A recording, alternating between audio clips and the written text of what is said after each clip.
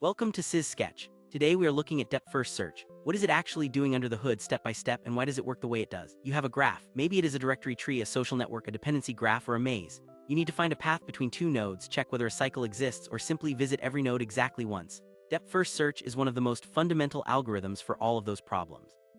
It is elegant, recursive, and surprisingly simple once you see the pattern clearly. Three properties define it. It goes deep first, committing to one path all the way to the end before it considers alternatives. It uses a stack to remember where it has been. And it marks nodes as visited so it never gets caught in an infinite loop on a cyclic graph.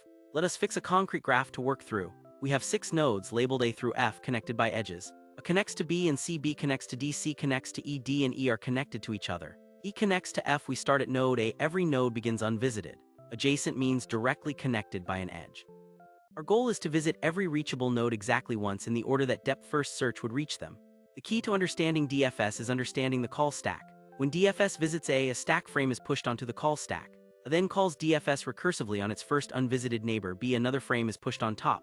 B calls DFS on D, another frame. D calls DFS on E.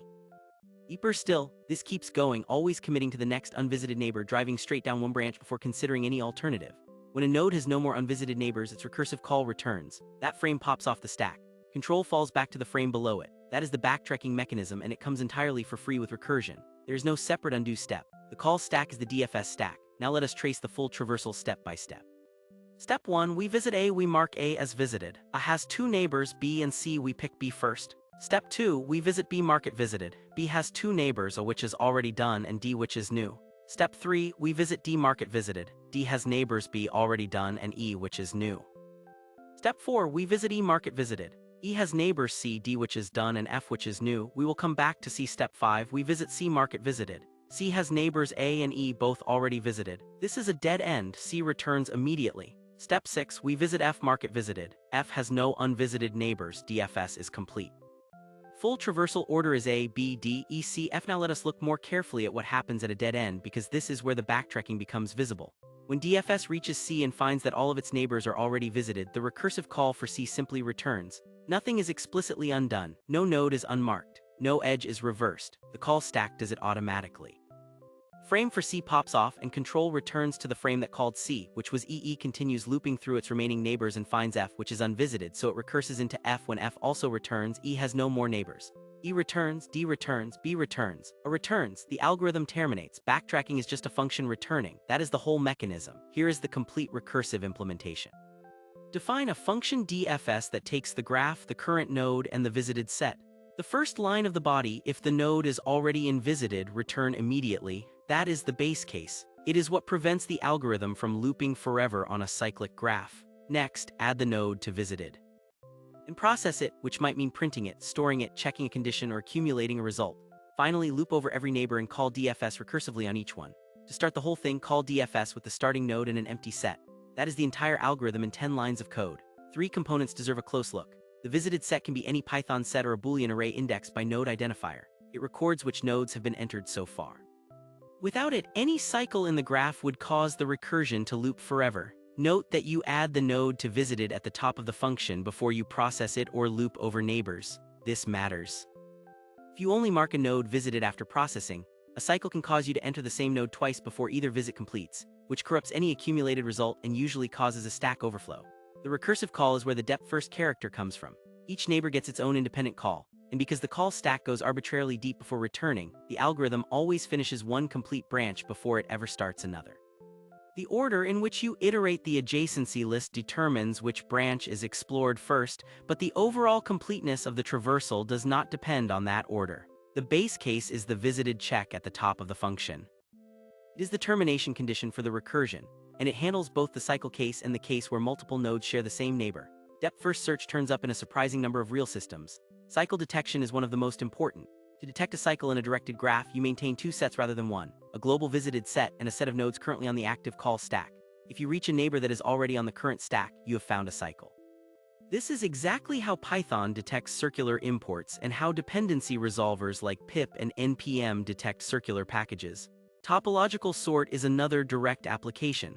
After DFS finishes exploring all the neighbors of a node, you push that node onto an output stack.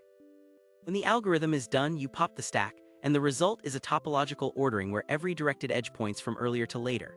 Build systems like Make and Bazel use this to determine which source files need to be compiled before others. Connected components are a third use case. If you run DFS from every unvisited node in the graph, each individual run marks one complete connected component. Image floodfill, the bucket tool in Paint applications, uses exactly this approach. And maze solving is a natural fit too. DFS commits fully to one direction, explores it all the way to the end, and backtracks only when it hits a wall, which is exactly the behavior of a person solving a maze by always following the right-hand wall. When should you use DFS over BFS breadth-first search? The key difference is the data structure each one uses. DFS uses a stack, which is why it always goes as deep as possible before backtracking. BFS uses a queue, which is why it explores nodes layer by layer, visiting all neighbors at distance 1 before any at distance 2. As a result, BFS always finds the shortest path in an unweighted graph, while DFS has no such guarantee.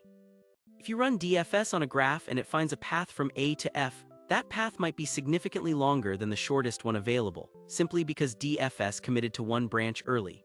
DFS uses less memory when the graph is deep and narrow, because the stack only ever holds the nodes on the current path from root to the active node. BFS uses more memory when the frontier is wide, because the queue holds every node at the current depth level simultaneously. In a large social network, for example, BFS from a central node at depth 3 might hold millions of nodes in the queue at once. DFS in the same graph would hold only the nodes along one specific path, which could be just a few dozen. Use DFS when you need cycle detection, topological ordering, connected components, or full structural exploration. Use BFS when you need the shortest path or when you are searching for something nearby and want to find it as quickly as possible. Both algorithms have the same time complexity. O of V plus E, the difference is entirely in traversal order and peak memory usage. The full DFS algorithm has 8 steps. 1. Create an empty visited set. 2. When you enter a node, add it to visited immediately. 3. Process the node, doing whatever work the algorithm requires. 4. Iterate over all adjacent nodes in the adjacency list. 5. Skip any neighbor that is already invisited. 6. For any unvisited neighbor, make a recursive call. 7. When the loop over neighbors finishes, return. The call stack frame pops automatically. 8. Repeat from any unvisited starting node until every reachable node has been seen. The time complexity is O of V plus E, where V is the number of vertices and E is the number of edges, because every vertex is entered once and every edge is checked once. The space complexity is O of V for the visited set, plus O of V for the maximum recursion depth in the worst case. 10 lines of code. Used in compilers, build tools, social graph analysis, and graph databases the world over. That is depth-first search fully explained. Thanks for watching.